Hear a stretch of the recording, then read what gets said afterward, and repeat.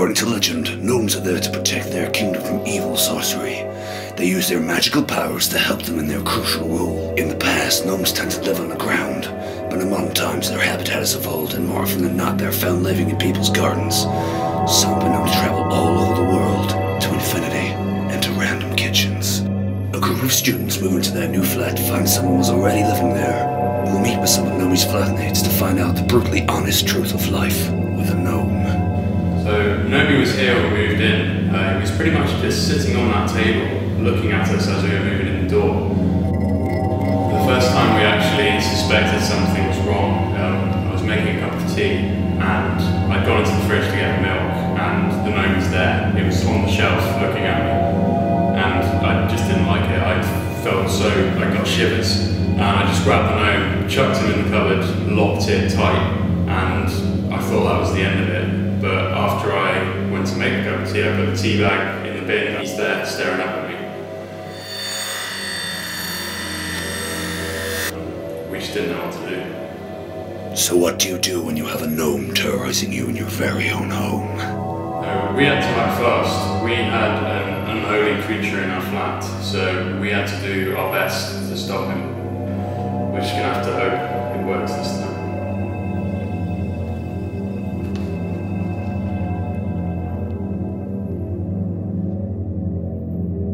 Upon further investigation, there appears to be much more to Gnome than meets the eye.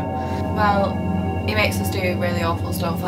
He just hypnotises us, and then all of a sudden we'll be doing something like, I don't know, like putting like bug wool everywhere and just smearing it all over the walls. It's horrible. The stuff he makes us do, it's really bad, and everybody just ends up hating each other.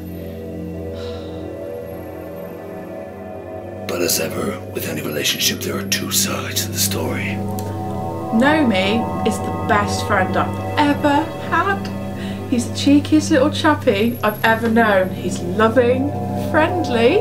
He'll do anything for me, he's just so reliable and trustworthy. I could tell him anything. He's the best Gnomey ever. I really can't get away from it all either. Anywhere I turn, he's just in my face all the time. I'll be sat there doing my university work and he's just there.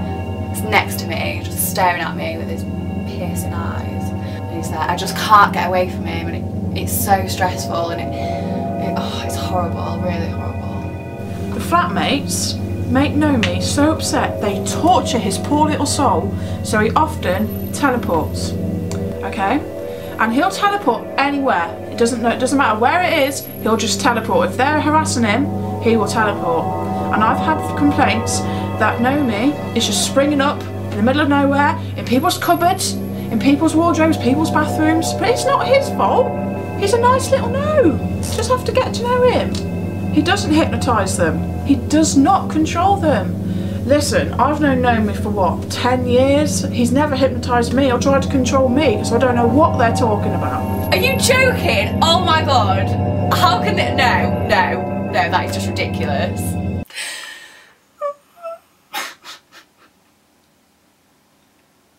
He's the best gnome ever. Well, there we have it. Gnomes are surrounding us. You must keep your wits about you, or you could be the next victim. Panicking and agitating these creatures can only do you more harm.